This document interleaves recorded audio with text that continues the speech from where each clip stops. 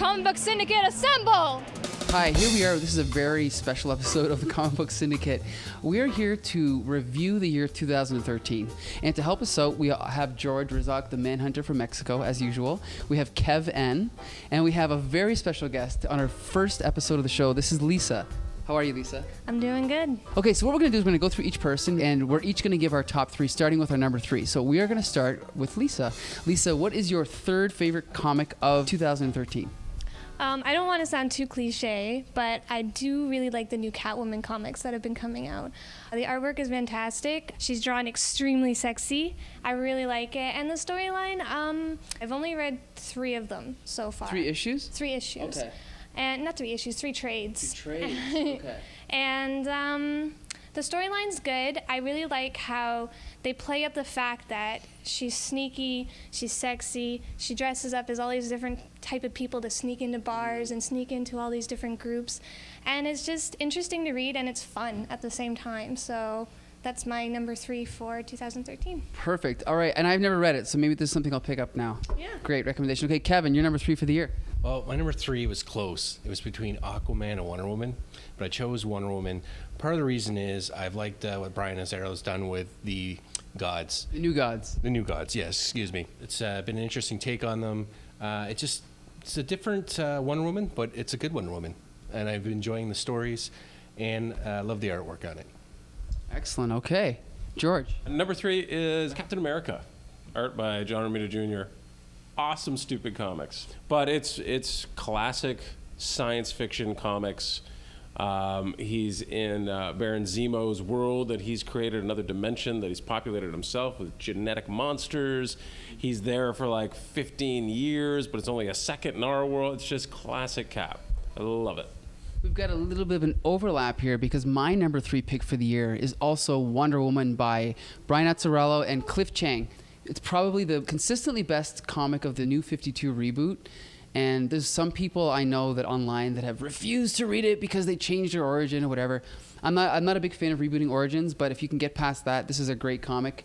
It's been going now for more than 2 years, and it continues to be excellent. It continues to surprise me. The dialogue's great. The art is great. I mean, Cliff Chiang has brought back sort of a classic comic book style to the strip. And so for anyone there complaining that there hasn't been any good Wonder Woman stories, really, come on, pick this up. This is a great comic, and 2 of us have recommended it, so you can't go wrong, right? Okay, so now let's move on to our number 2. Lisa, what's your number 2 for the year? My number 2 would probably be the Batman Noir book.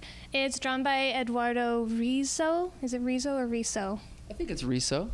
Well, anyways, he has also drawn 100 Bullets, which is a fantastic comic.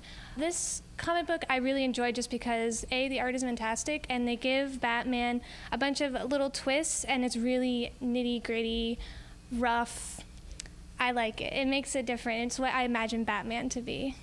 Excellent. Okay, Kev, number 2 for the year. Again, this was challenging for me. It was a tough call, but number 2 for me was Daredevil with Mark Waid.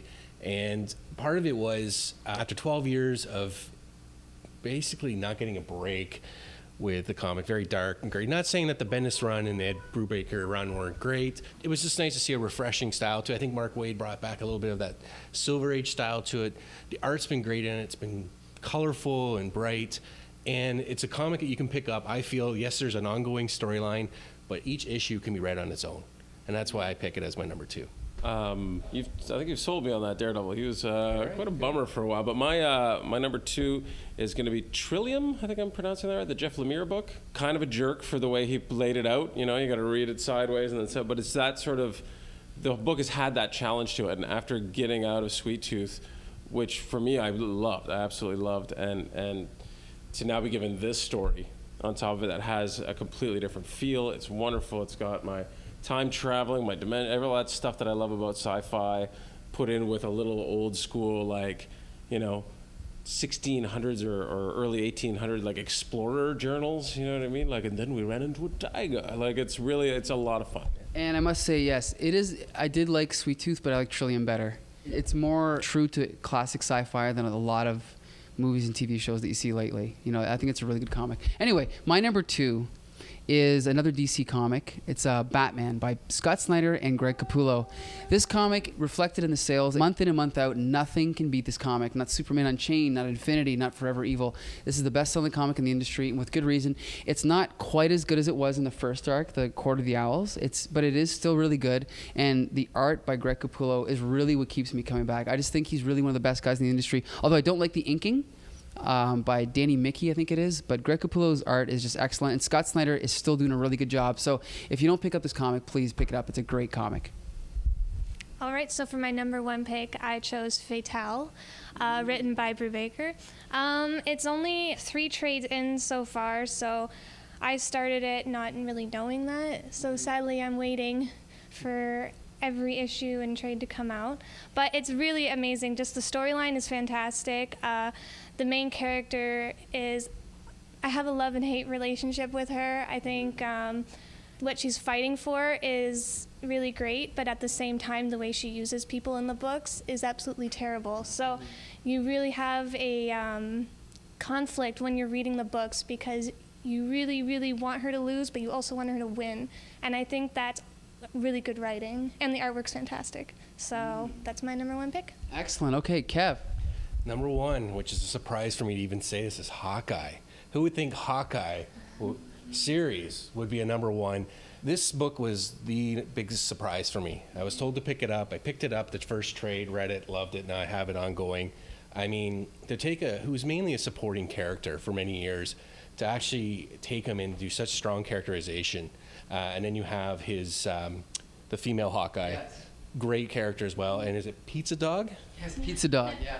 Come on, a whole story on Pizza Dog. The panels, the storytelling, visually, the writing, it's been great. It's got humor in it, but it still has that drama to it.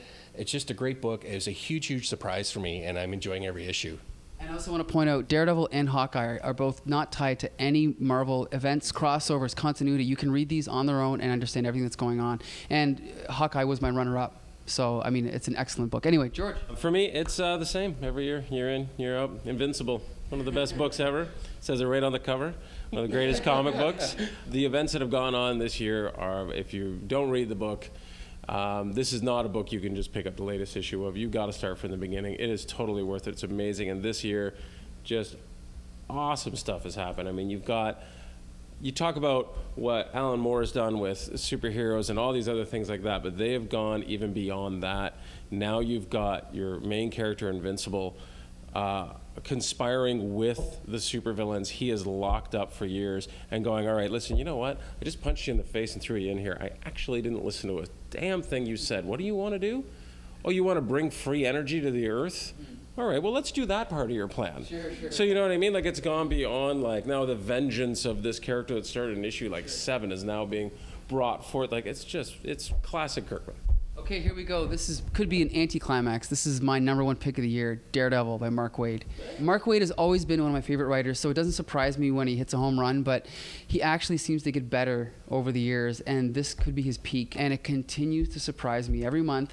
He continues to build on his own storylines, as well as this is a trick that not many writers can do. He builds on past continuity. He doesn't reboot continuity. He doesn't ignore past continuity. He doesn't start things over fresh and retell the same old stories a different way.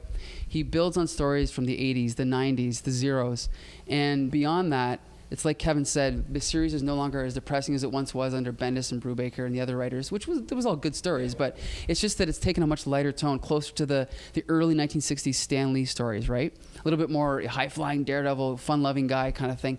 Like I said, there's a surprise every issue, the way that he incorporates Marvel continuity, but ignoring the current Marvel crossovers and events completely, making it a perfect title for new readers to pick up. So that's why it's my number 1 pick of the year.